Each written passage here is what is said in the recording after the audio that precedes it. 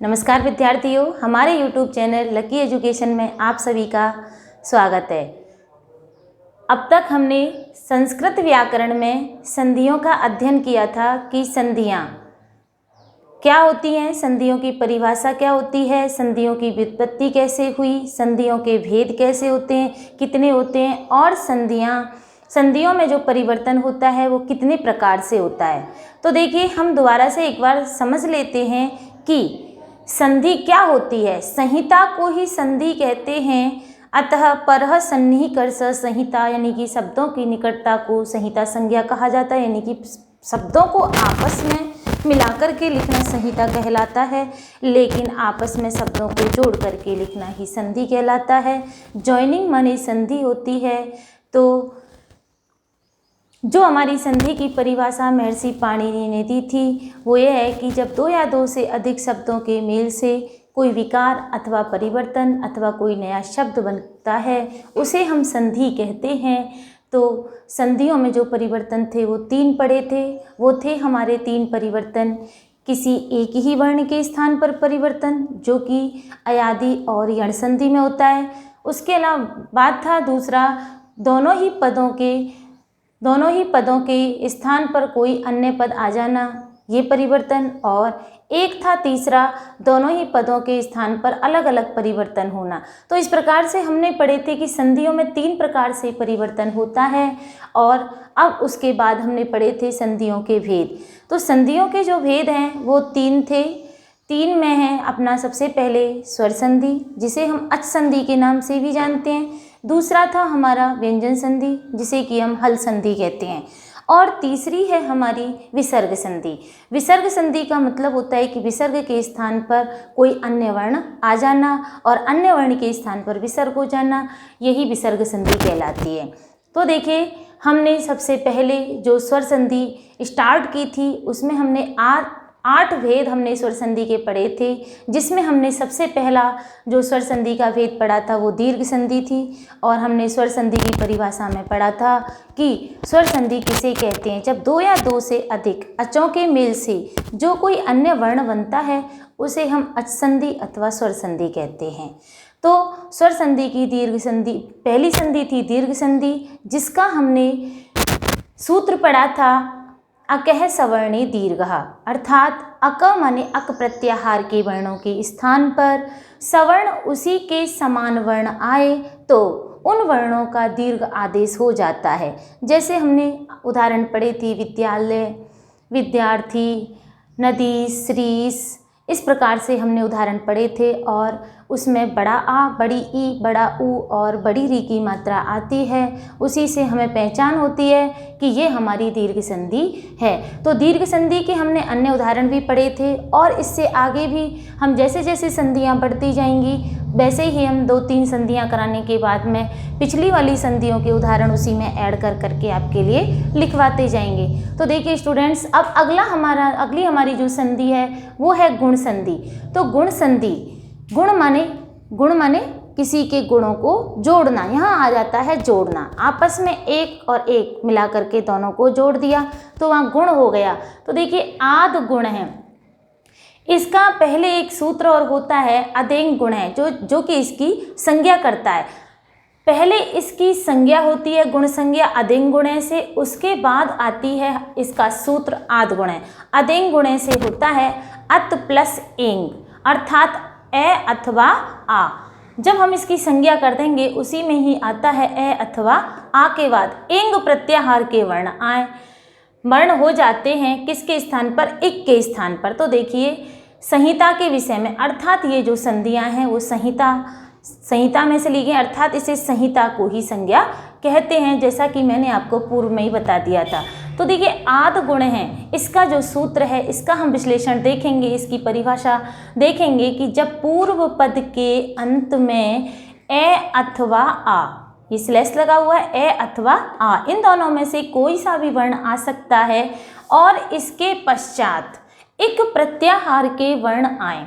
ए अथवा, आपको बता दिया था कि पूर्व पद का अंतिम वर्ण और उत्तर पद का प्रथम वर्ण, हमेशा इन दोनों का ही संधि होता है, इन दोनों की ही संधि होती है। तो देखिए अंत में ए अथवा आ आए, ये तो पूर्व पद के अंत में आए, लेकिन इसके पश्चात एक प्रत्याहार के वर्ण कहाँ आएंगे, ये उत्तर पद का प्रथम वर्ण होगा एक प्रत्याहार में। जैसा कि हमने आपको माहेश्वर सूत्रों के माध्यम से बता दिया था कि ये जो प्रत्याहार है वो हमारे सब संधियों में काम आएंगे। तो देखिए एक प्रत्याहार में आता है ई से लेकर के ऑल रक तक। तो देखिए ई उ री और लिरी के वर्ण आए, अक प्रत्याहार के वर्ण आए तो उन दोनों वर्णों के स्थान पर ए ओ आर अल एकादेश हो जाता है। अर्थात एकादेश का मतलब होता है इन दोनों के स्थान पर होगा, इन दोनों के स्थान पर। तो देखिए पूर्व पद के अंत में आएगा ए अथवा आ, कोई सा भी आ सकता है, छोटा भी आ सकता है और ये बड़ा भी आ सकता है। प्लस में ई आए तो इन दोनों का मिलकर के ए हो जाता है। ऐसे ही ए अथवा आ के बाद उ आए तो इसका ओ हो जाता है। ए अथवा आ आए तो उसके स्थान पर ओ हो जाता है। उसके बाद है तीसरा, ए अथवा आ के बाद री आए तो इसका जो एकादेश है, एकादेश ही होगा इन दोनों के स्थान पर। ना तो पूर्व पद में परिवर्तन होगा, ना ही उत्तर पद में परिवर्तन होगा, परिवर्तन होगा इन दोनों को मिला करके। तो इसका हो गया अर। इसके बाद में हमारा आया ए अथवा आ के बाद लिरी आए तो उसके स्थान पर अल आदेश हो जाता है। तो देखिए ये यहाँ तक तो ये संधि की परिभाषा हुई और ये संधि की विशेषता हुई कि इस संधि को हम किस प्रकार से समझ सकते हैं। यहाँ इसका उदाहरण देखते हैं हम। तो देखिए इसमें सबसे पहला उदाहरण है गजेंद्र। तो देखिए गजेंद्र का जो उदाहरण है इसमें है गज प्लस इंद्र। गज के जामे से हमने क्या निकाला, आ, यानी कि पूर्व पद का अंतिम वर्ण है ये, तो इसमें से निकाला हमने आ, और उत्तर पद का प्रथम वर्ण है हमारा ई। तो इन दोनों के स्थान पर हमारा क्या एकादेश हुआ, ए। तो देखिए हम इसका स्वर विश्लेषण करके अलग अलग वर्ण को लिखते हैं, अलग अलग शब्द को लिख देते हैं। जब हमने गज में से अपनी मात्रा को हटा दिया आ को, तो गज में ये आधा गज का जा आधा रह गया, ये बिना स्वर का रह गया, स्वर रहित व्यंजन रह गया। तो देखिए और हमने इन दोनों को मिला करके कौन सी मात्रा बना दी, ए। और यहाँ भी हमने ई को इधर ले लिया तो यहाँ केवल ना और द्रा बचा। इस प्रकार से हम जब इन वर्णों को एक साथ जोड़ देते हैं, इनकी संहिता कर देते हैं, तो हमारा गजेंद्र शब्द बन करके तैयार होता है। इस प्रकार से ये गुण संधि हो जाती है। दूसरा उदाहरण है तथेति। तथेति, देखिए तथ प्लस इति तो हो नहीं सकता क्योंकि तथ कोई शब्द नहीं होता। आपको कल भी बताया था कि हमेशा सार्थक शब्दों का ही संधि विच्छेद होता है। तो देखिए इसमें तथा प्लस इति ऐसा। तो देखिए तथा के था में से आ और ई ये निकल गया, तो ता और था ये तो रह गया अधूरा ही। जिस प्रकार से गज रह गया था, ये जैसे स्वर रहित था रह गया। तो देखिए इसमें से आ प्लस ई बराबर ए हो गया। तो इन दोनों को मिला करके हमारा ए आया और ती को ज्यों की त्यों लिख दिया। तो जो मात्रा लगेगी स्वर की वो कहाँ लगेगी, जो स्वर रहित व्यंजन है उसी में ही लगेगी, और ये हमारा तथेति शब्द बन गया। अगला हमारा उदाहरण है सूर्योदय। सूर्योदय, सूर्य प्लस उदय, बहुत अच्छे से आप जानते हो इसको। तो सूर्य के या में से आ और ऊ को लिख दिया, इन दोनों को मिला करके आद गुणः सूत्र की सहायता से क्या हो गया, ओ हो गया। अगला है महर्षि। देखिए ये पिछले साल 2019 के पेपर में आया था 10th बोर्ड में महर्षि। कल भी मैंने आपको बताया था कि मह कोई शब्द नहीं होता है, महाशब्द होता है जिसका कि अर्थ होता है महान। तो हम इसका संधि विच्छेद करेंगे महा प्लस ऋषि। तो इसका जो स्वर विश्लेषण होगा, हा में से आ, री में री का री लिख दिया और आ प्लस री बराबर अर हो जाता है। तो ये हमारी यहाँ महर्षि शब्द बन जाता है। तो महा, देखिए जैसे अभी समझाया था, तो महा प्लस ऋषि, तो ये भी स्वर रहित हो गया। और जब इसमें स्वर रहित ये हो जाता है तो ये अर का आ है वो इसमें जुड़ जाता है, और ये ऋषि का ऋषि के सा में रा की मात्रा जुड़ जाती है। अगला है पांचवा तवलकार। देखिए इसको करने में बच्चों को बड़ी ही प्रॉब्लम आती है कि इसका संधि विच्छेद करें तो कैसे करें, ये समझ में नहीं आता कि इसका क्या क्या शब्द होगा। तब होता है, तब प्लस लृकार। लृकार एक अपने आप में एक संपूर्ण शब्द होता है। तब माने तुम्हारा, जो कि युष्मद शब्द की षष्ठी विभक्ति का एक वचन होता है, उसे कहते हैं तब। तो तब में से आ निकाला, तब के वा में से आ और लरी को ज्यों की त्यों लिख दिया। तो हमने यहाँ पढ़ा था कि किस किस के स्थान पर ई उ री लिरी के स्थान पर क्या हो जाता है, ए ओ अर और अल। तो लिरी के स्थान पर देखिए ये यहाँ लिखा हुआ है ए अथवा आ प्लस लिरी बराबर अल। तो इसके माध्यम से हमें यदि ये संधि विच्छेद करना नहीं आए, जब तक हमें सूत्र और इसकी परिभाषा याद नहीं होगी, तो हम इन शब्दों का संधि विच्छेद सही प्रकार से नहीं कर सकते। तो देखिए इसका देखिए, तब प्लस लृकार ए प्लस लृ बराबर अल, इस प्रकार से हमारा तवलकार शब्द बनता है। ऐसे ही अगली है ममलकार। तो ममलकार भी अस्मत् शब्द के रूपों में षष्ठी विभक्ति का शब्द होता है, एक वचन मम। ये हलंत नहीं होता है, अधिकतर बच्चे मम शब्द को हलंत लिख देते हैं, जो कि बिल्कुल गलत होता है। इसमें कभी भी हलंत नहीं होता है, ये सभी को ध्यान में होना चाहिए। तो देखिए ममलकार, मम प्लस लृकार। लृकार भी हमने यहाँ पढ़ा था, तो लृकार अपने आप में एक संपूर्ण शब्द है। तो ए प्लस लृ बराबर अल। अगला पढ़ा हमने एकोन। देखिए ये एकोन शब्द भी वेरी वेरी इंपॉर्टेंट है। एक बार ये घड़ी का समय जो हम पढ़ते हैं उसमें आता है एक प्लस ऊन, यानी कि एक कम है जिसमें। हम जब घड़ी का समय आपको करवाएंगे तो उसमें ये एकोन शब्द कई बार यूज होता है। तो उसमें देखिए एक प्लस ऊन है बराबर एक ऊन है। देखिए मैंने यहाँ पर किसी भी शब्द में विसर्ग नहीं लगाया है, वो उससे कोई फर्क नहीं पड़ता। वैसे आप सभी शब्दों में विसर्ग लगा सकते हो और ना लगाओ तो भी कोई नहीं। अगर एग्जाम में विसर्ग लगा हुआ आता है तो आप एग्जाम में विसर्ग जरूर लगाओगे। जैसा आपको शब्द आएगा वैसा ही आप लोग उसमें लिखोगे। यदि आपने विसर्ग लिखा हुआ आया और विसर्ग नहीं लगाया है तो आपका गलत हो जाएगा। जैसे मैंने महर्षि में लगा दिया तो महा प्लस ऋषि, इस प्रकार से आपको संधि विच्छेद करना पड़ेगा। अगला था हमारा एक प्लस ऊन। ऊन माने होता है कम, एक कम है जिसमें, तो वो होता है एक ऊन। राज ऋषि, ये राजा प्लस ऋषि भी होता है और राज प्लस ऋषि भी होता है, दोनों ही शब्द होते हैं। वैसे जो सही माना गया है वो ऋषि शब्द माना गया है, राज प्लस ऋषि। अब आता है अगला ब्रह्म ऋषि। ब्रह्मा, ब्रह्म शब्द भी होता है लेकिन ब्रह्मा जो है वो संपूर्ण शब्द है, इसीलिए ब्रह्मा प्लस ऋषि, ये हमारा ब्रह्म ऋषि हो जाता है। और अगला है लास्ट में गंगोदकम।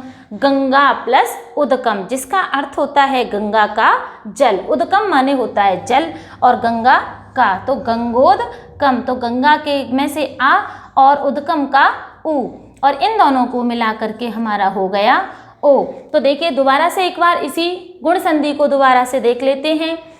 गुण संधि का जो सूत्र है वो आद गुणे है। इससे पहले इसकी गुण संज्ञा होती है जिसमें कि अधिंग गुण है, सूत्र लगाया जाता है। अधिंग गुणे से इसकी गुण संज्ञा करने के पश्चात ही आद गुण है सूत्र का प्रयोग किया जाता है। देखिए सूत्रों को तो मैं बहुत सारों को लिखा सकती हूँ, लेकिन आप लोगों को जो काम में आने वाली चीज़ें वही चीज़ें यहाँ कराई जाएंगी।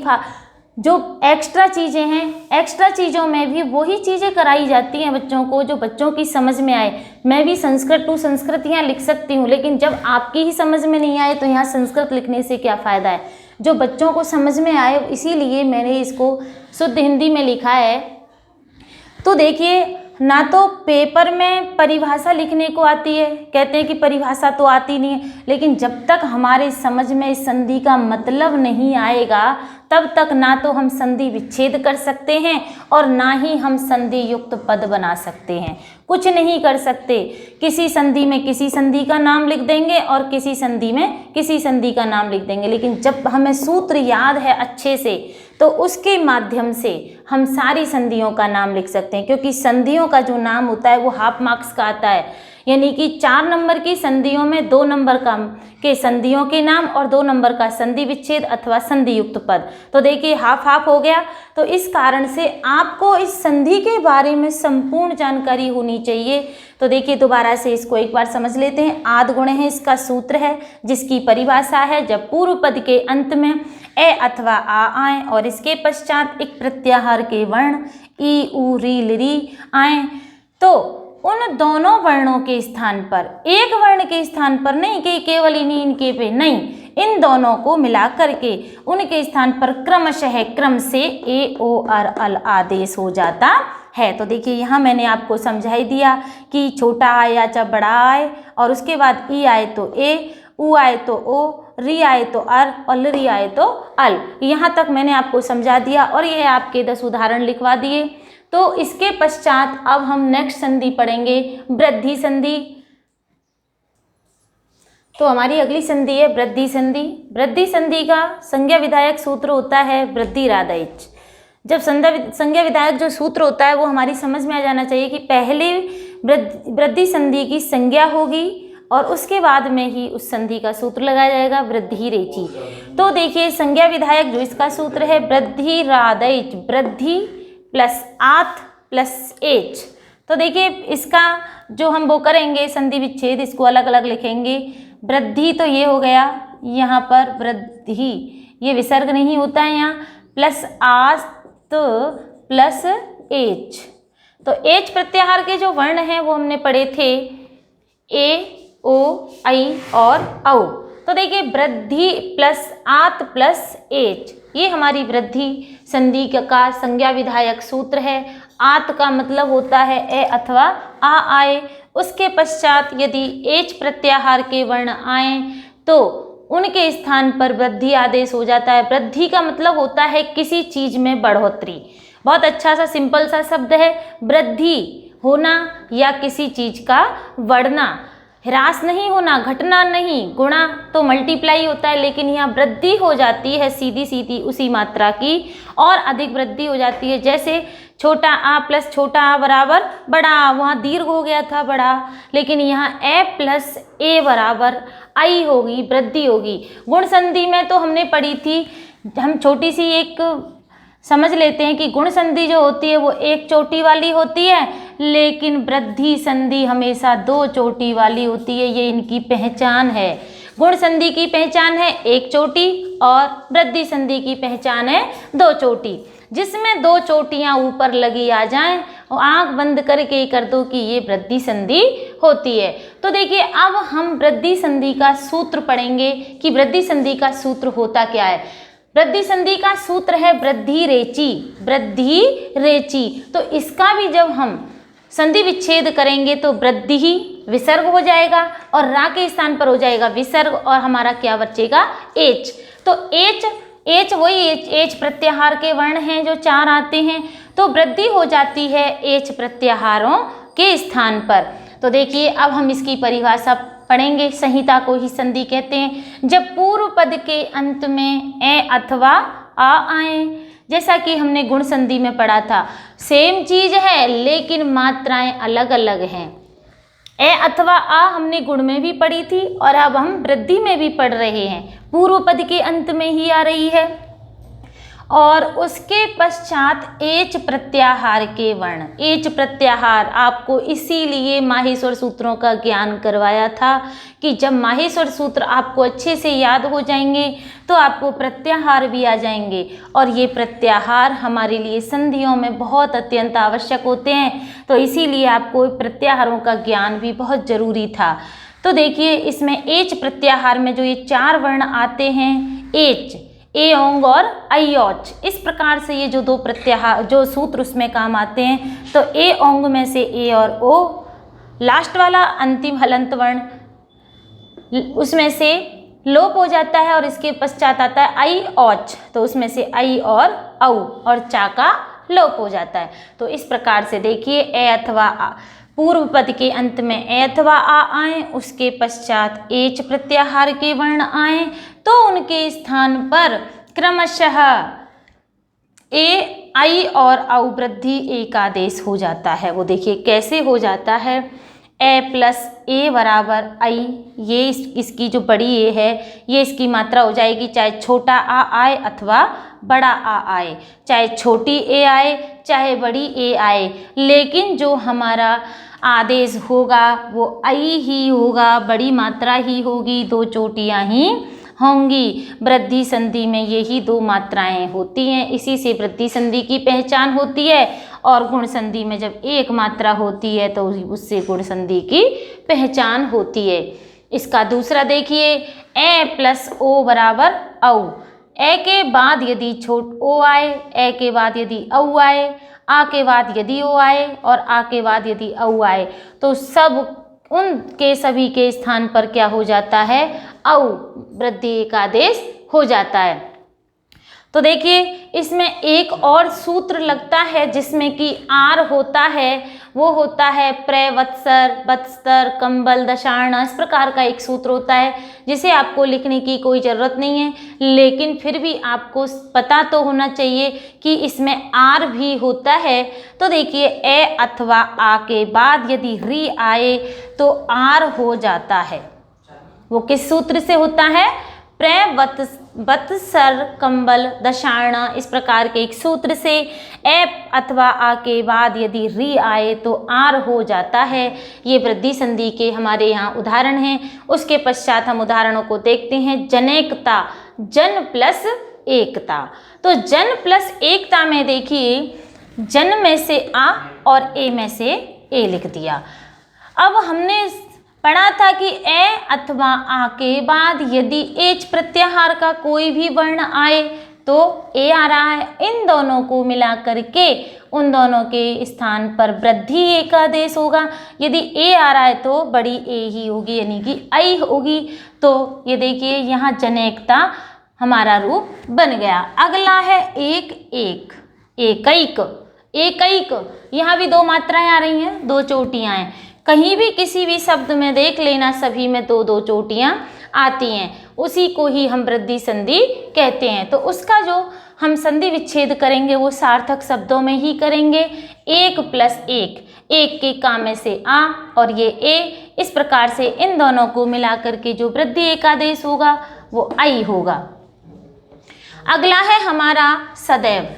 सद प्लस एव नहीं होता, सद शब्द होता है लेकिन वो हलंत होता है, उसमें कोई मात्रा नहीं होती। ये सद होता है जो सत जिसे कहते हैं, लेकिन सद शब्द आ मात्रा वाला कोई नहीं होता, ये संपूर्ण सद शब्द नहीं होता है, ये होता है। लेकिन हमने पढ़ा था कि वृद्धि संधि में जो होता है वो ए अथवा आ की मात्रा वाले होते हैं। तो देखिए सदा होता है हमेशा और एव माने ही, हमेशा ही।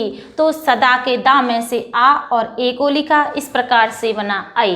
देव ऐश्वर्यम, देव प्लस ऐश्वर्यम। हमने पढ़ा था आ प्लस आ के बाद यदि ए आए अथवा आई आए, तो देखिए यहाँ हमारी बड़ी ए आ रही है अर्थात आई आ रही है, तो इन दोनों को मिला करके हमारा हो जाता है आई आदेश। अब अगला उदाहरण है वनौषधि।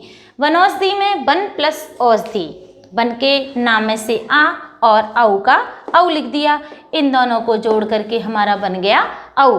अगला है गंगौघ, गंगा प्लस औघ। गंगा के गा में से आ और औ को औ लिख दिया और इन दोनों को मिला करके हो गया औ। इससे अगली है दशार्ण। मैंने इसके लिए आपको अलग से सूत्र बताया था। दशार्ण, इसमें हो रहा है आर। क्या हो रहा है, आर। इस आर के लिए ए अथवा आ प्लस री आए तो हमारा शब्द है दशार्ण। ये 10 प्लस ऋण, तो देखिए 10 प्लस ऋण में से 10 के सा में से आ और री में से री, और इन दोनों का वृद्धि एकादेश होगा आर। इस प्रकार से बना दशार्ण। अगला उदाहरण है प्रारक्षति। ये भी इसी का ही है, प्रवत्सर वाले का ही। तो इसमें देखिए प्र प्लस री, इसमें से प्र में से आ निकला और री का री लिख दिया और इन दोनों के स्थान पर हो गया आर। ये ऐसे उदाहरण भी आपको आने चाहिए। वैसे बोर्ड क्लास में कोई 1% ही इसमें से चांस होते हैं, लेकिन अब आपकी बुक में ये वाले शब्द दे दिए हुए हैं, चैप्टरों में से ये शब्द लिए हुए हैं आपके। ये प्रारक्षति, दशार्ण, ये सभी आपके चैप्टरों में, इसीलिए आपको इनको कराना भी बहुत ज़रूरी है।